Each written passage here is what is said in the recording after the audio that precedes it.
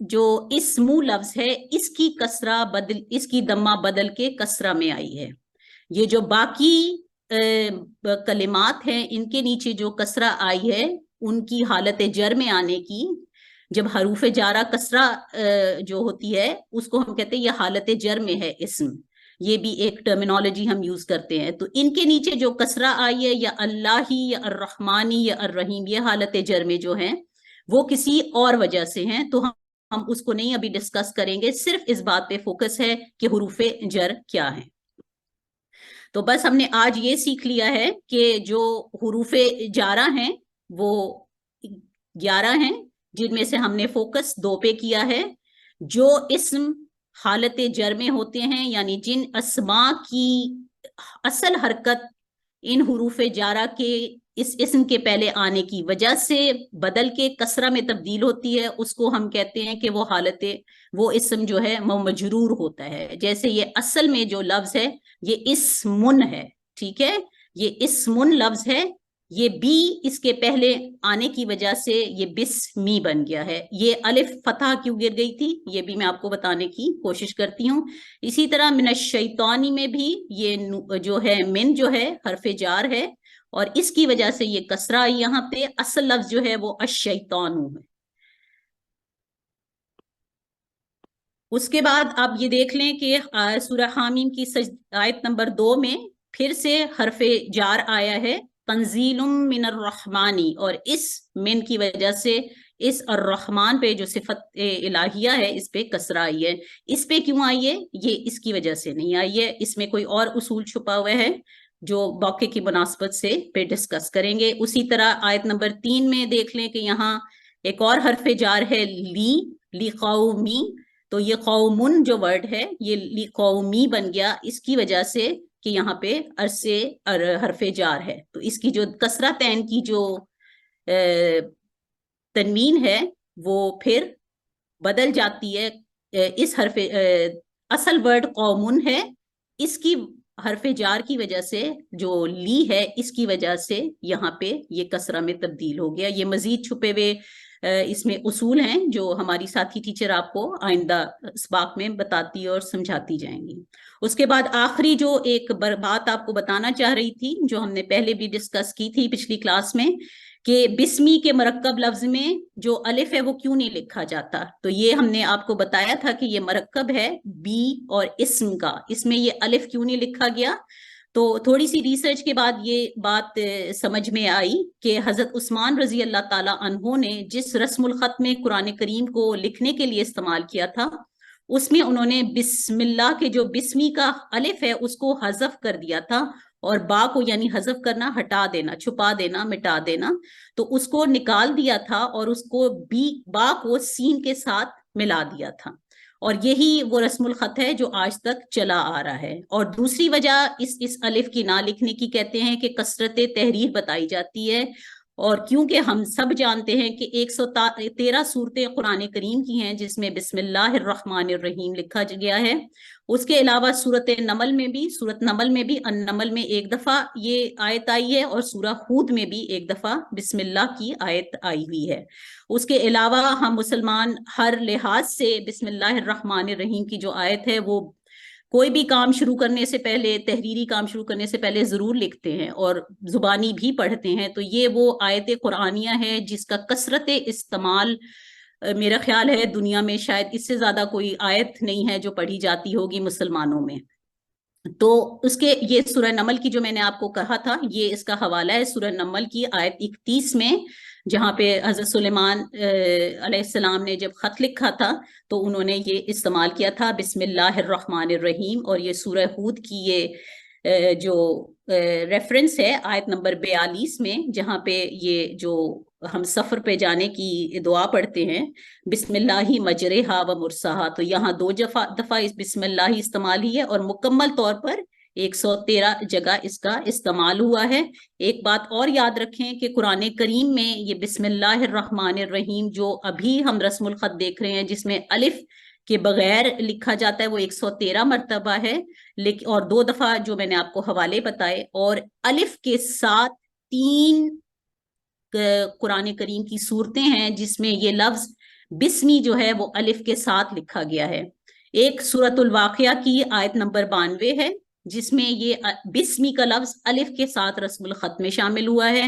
اس کے بعد سورۃ العلق کی آیت نمبر 92 ہے، آیت نمبر 2 ہے جس میں یہ بسمی لفظ الف کے ساتھ لکھا گیا ہے. اور اس کے بعد سورہ الحاقہ کی آیت نمبر 69 میں بھی یہی لفظ بسمی الف کے ساتھ لکھا گیا ہے. تو آپ کی یاد دہانی کے لیے، یاد رکھنے کے لیے یاد رکھیں کہ بسمی کے رسم الخط میں الف کا استعمال جو ہے صرف 3 صورتوں میں ہوا ہے، اور یہ آپ کی انفارمیشن کے لیے ہے. اور اس کے ساتھ ہی ہمارا آج کا سبق ختم ہوتا ہے. تو انشاءاللہ تعالی مزید اپنی لفظی ترجمے کے ساتھ اگلی کلاس میں حاضر ہوں گی. اب اجازت ہے. السلام علیکم ورحمۃ اللہ وبرکاتہ.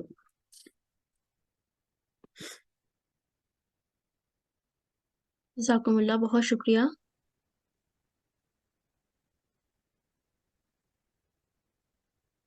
بسم اللہ الرحمن الرحیم. قواعد التجوید کے ساتھ حاضر ہوتے ہیں. قواعد کی بنیاد اور اس کی وضاحت پیش کرتی ہوں آپ کے سامنے.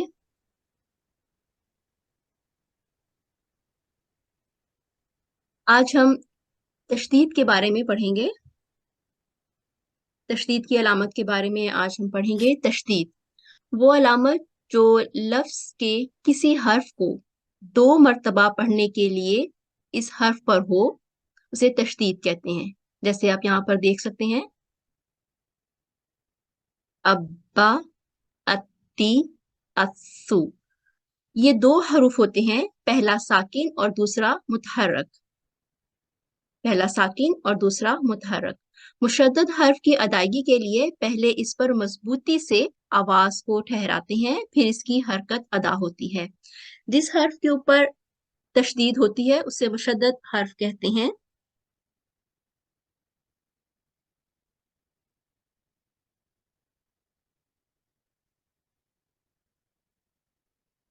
جیسے کہ آپ یہاں دیکھ رہے ہیں کہ با کے اوپر پہلے سکون ہے، تو پچھلا جو متحرک حرف ہے وہ اگلے ساکن حرف کے ساتھ پہلے ملے گا، مضبوطی سے ملے گا، اور اس کے بعد جو ہے اس کی حرکت ادا ہوگی. یعنی کہ 2 حروف کے جو مقرر 2 دفعہ ادا کرنا ہو، تو پہلی دفعہ وہ ساکن ادا ہوگا، دوسری دفعہ اس کی حرکت ادا ہوگی، اور اس کو مضبوطی سے ادا کرتے ہیں. جیسے ربی.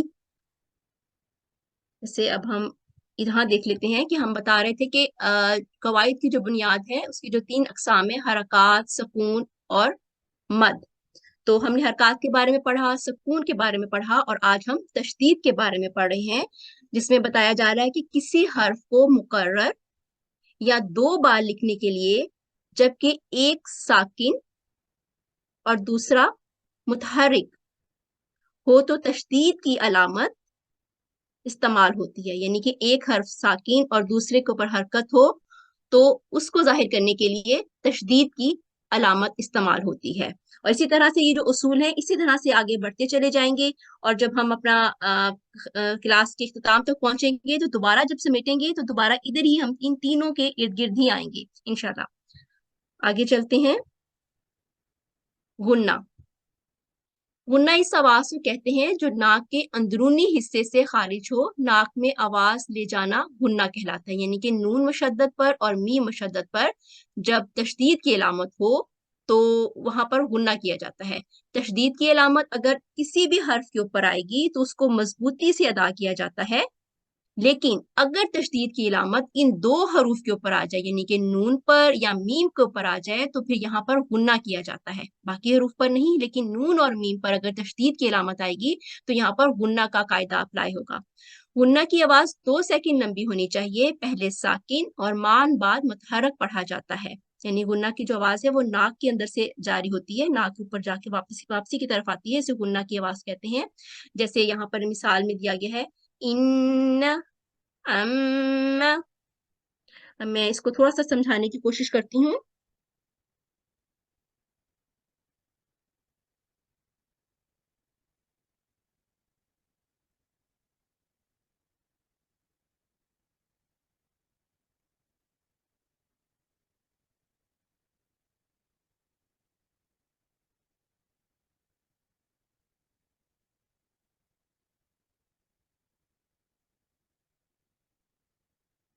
اگر ہم اردو میں دیکھتے ہیں تو یہاں پر ہمیں ایک حرف غنہ نظر آتا ہے. جیسے ہم دیکھیں لکھا ہوگا لفظ باتیں، تو یہ جو غنہ ہے یہ ہمیں حروف تہجی میں تو نہیں ملتا لیکن الفاظ میں ملتا ہے. باتیں، یا ہم لکھیں اگر داستاں، تو یہاں پر ہمیں حرف غنہ نظر آتا ہے. اور اگر ہم عربی میں دیکھیں تو یہاں پر ہمیں حرف غنہ نظر نہیں آتا لیکن اس کی آواز ہوتی ہے.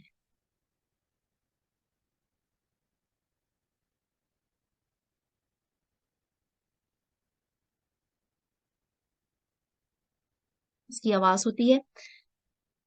اب اگر ہم یہاں پر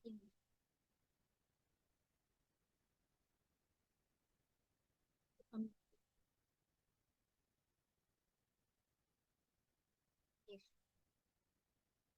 تو یہاں پر ای آئی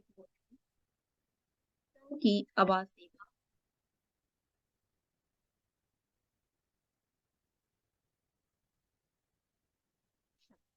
اور پھر ہم دیکھیں گے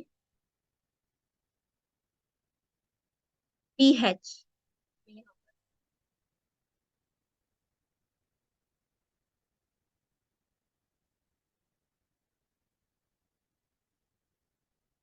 ایف کی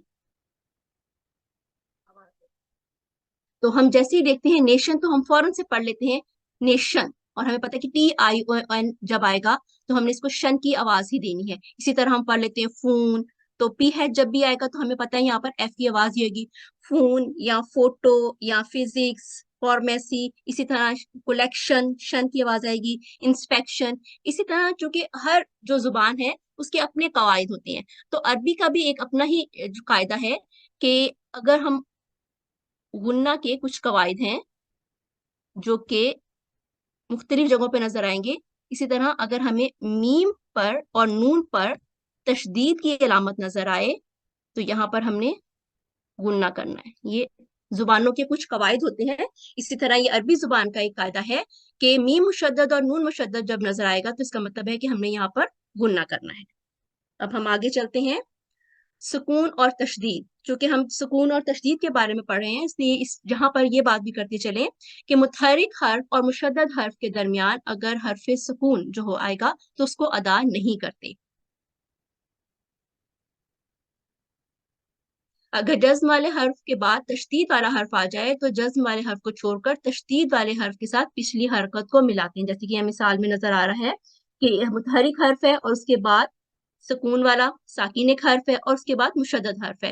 تو ساکن جو حرف ہے اس کو نہیں پڑھتے بلکہ پیچھے والی جو حرکت ہے اس کو تشدید والے حرف کے ساتھ ملا دیتے ہیں، جیسے یہاں پہ لکھا ہوا ہے ہوتا ہے.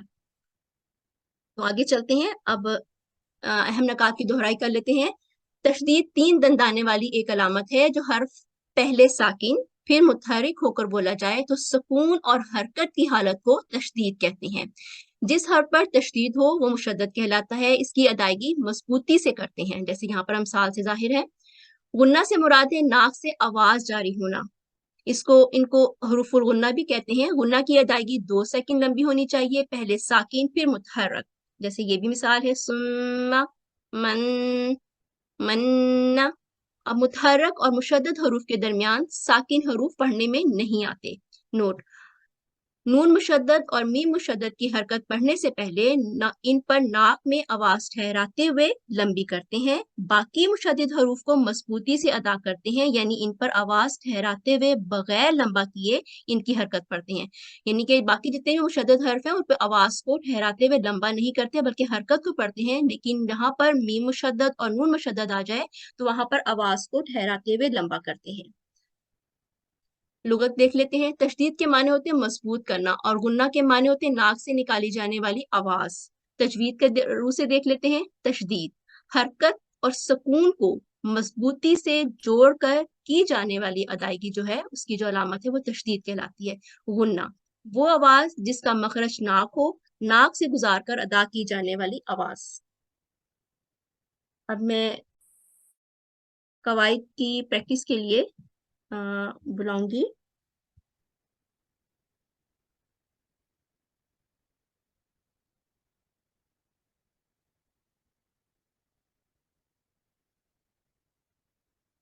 G6363